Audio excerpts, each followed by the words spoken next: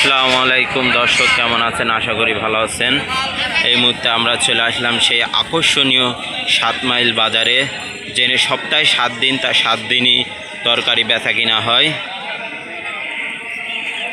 মানে 7 মাইল বাজারটা এরকম যে সব ধরনের সবজি ওঠে আর সব ধরনের তরকারি বিক্রয় করা হয়।